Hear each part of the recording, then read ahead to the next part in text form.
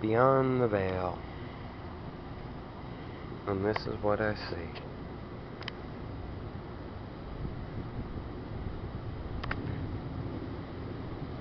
Cut tree. Those there are the wood chips from it. I've been working at it, cutting it, and I stopped for some reason. Something told me to wait. And what you see there is moss. Or a fungus, whichever one you want to call it.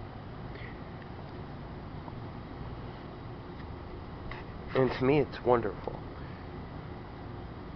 To me, I think it's very beautiful because that is life. And all that fungus.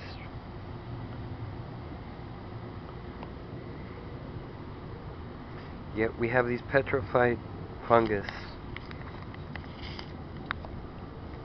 that we're not sure on how old they might be. So that you understand exactly what I'm trying to show you. You have the mushrooms. Zoom out. Much as we can. Keep that mushroom in sight. And let's see. You have the stump there. Right there in the background. All the way out here.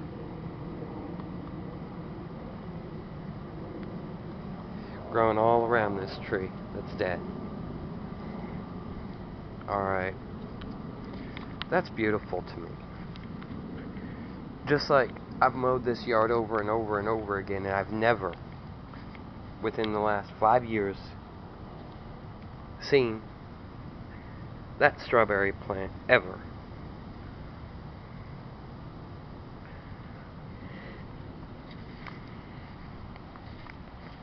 You ask for...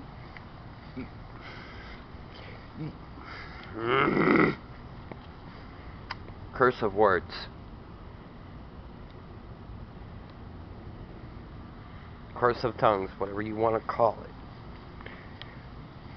Let me try this again. There are those individuals who have this mistaken identity that time flows from past to present to future. It doesn't. Time is time.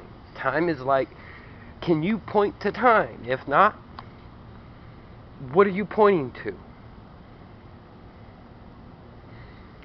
Can you point to space? Because if you point up, what about the space between you and the wall? That's not space? What is it? Oh, it's air. No, it's space. It's all around you. It's everywhere. I mean, that's what space is. You don't go up to someone and say, give me my space, do you? You walk away from them. There's more space in between you and them. And you wonder why I look at you and you claim that, oh, there's space above your head. Yeah, any moron can see that. Any moron can see that there's space between me and a fence. Any moron can tell that when I say, I need my space, it doesn't mean, well, we need to go all crowd around him. And you wonder where these people get this, well, there's space up there. No shit, Sherlock. There's space between your ears. Why don't you use it?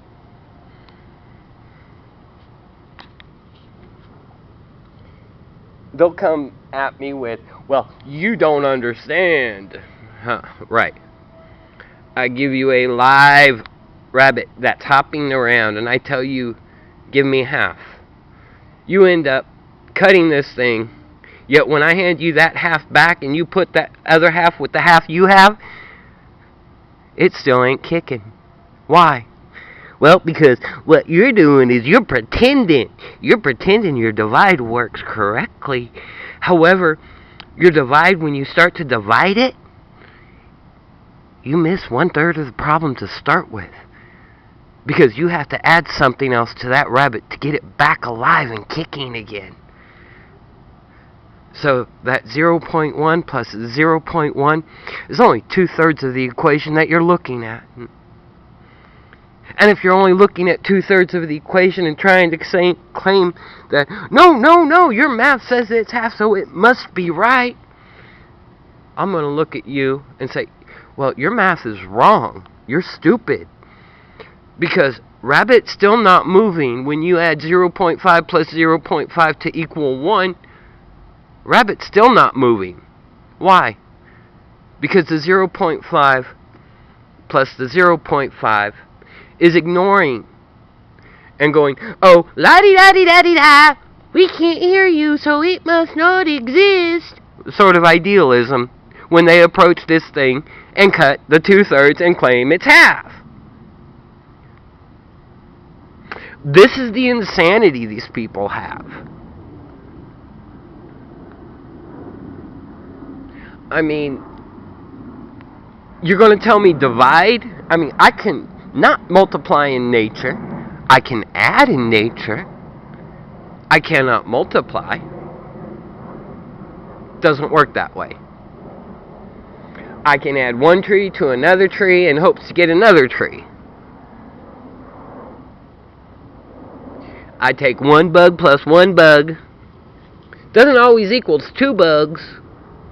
But then again, what I can count on is that there's going to be 3 bugs in the end. I can't multiply that. I can't divide one of those bugs in half, put it back together again, and pretend that it's still alive. And to do so is insanity. If you're only going to ignore the problem to start with, it doesn't mean you have answers. It means you're a religion. But my number gods told me that numbers aren't to be questioned. And these priests that come up with these theories and theorems and numbers and whatever aren't to be questioned, aren't to be asked for proof of their idealism. No.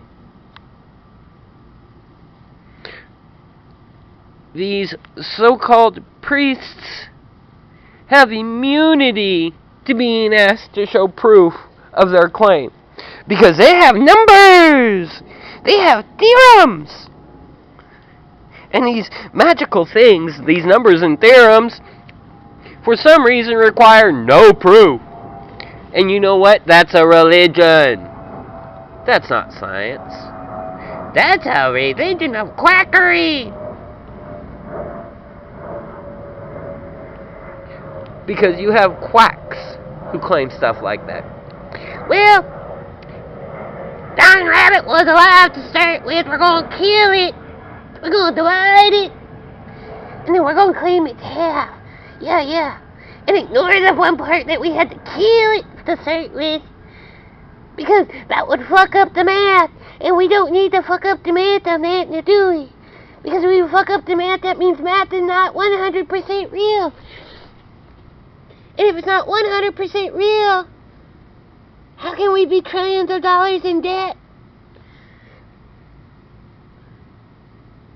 Math is not real. It's a make-believe where they're taking something of mine, dividing it, and keeping 2/3 of it. Because when they return the halves, it still ain't kicking. That rabbit's still dead. And you wonder, when I look and I ask, what insanity are you talking about? And you look at me and you give me this stuff. Well, my number god. I look at you like you're fucking insane. And yet you claim, oh, I don't have a religion, but my religion is claiming I don't have one. Religiously, because the number gods won't let me. And you praise idiots. I mean, what did Einstein do other than lie for the human race to get him rock star status? What did he contribute to humanity? Well, to judge without investigation is the pinnacle of ignorance and stupidity. To think you know what you're talking about, and you don't. And rushing to judgments, like, oh, this guy's a quack or something like that shit. Oh, that's a judgmental little thing, that's a judgmental little nuts that follow this judgmental little God of, oh, I have no God. Religion talks about, you're insane.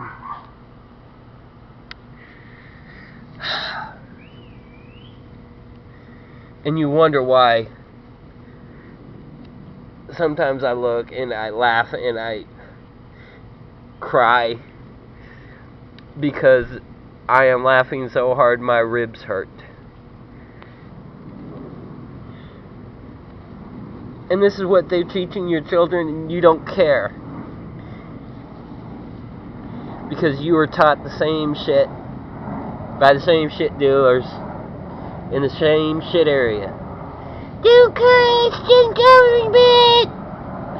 These dickheads that have this contract that says, well, silence is compliance, can't show you where you signed it.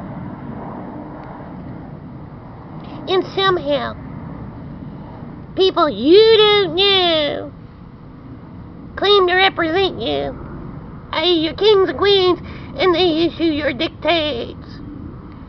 And they have these people called followers, called dogs of war. These are stupid fuckers. I mean, they go out, they go bite, and they go, woo, woo, woo, woo, woo, woo, woo, woo, woo, and act like they're smart. No, no, no, no, no. What they do, these dogs of war, they go and do what their masters tell them. They're not smart enough to think for themselves. I mean, that's why they have police that have to take an IQ test, and if your IQ is too high, bye-bye. You too smart to be here. We need stupid people. Yeah, stupid people in blue, and give them guns. And say they're upholding the law. When in fact, they're pretending to be law. They don't know. They're too stupid to know. I mean, these people don't have to give their life for your protection, yet these fuckers have 2 guns on them. If they don't need to give their life for your protection, what the fuck do they need guns for? It ain't for my protection. It's to protect these quacks who think that they're law. These little dogs of war. Woo woo woo. Woo woo woo. And you get your brotherhood of blue, who can't be held accountable for their actions because they're those stupid dogs of war following orders. Stupid dogs of war. You want to know what the worst kind is? Law-abiding citizens. I mean, they got this contract with the government that says silence is compliance, so you have to pass, I don't know, let's say law, and you have to abide by it. Because silence is compliance. We have your signature on the contract somewhere, but we're not going to show you where. Alright. Back to reality, and thank you for tuning in this time. Have fun. Bye.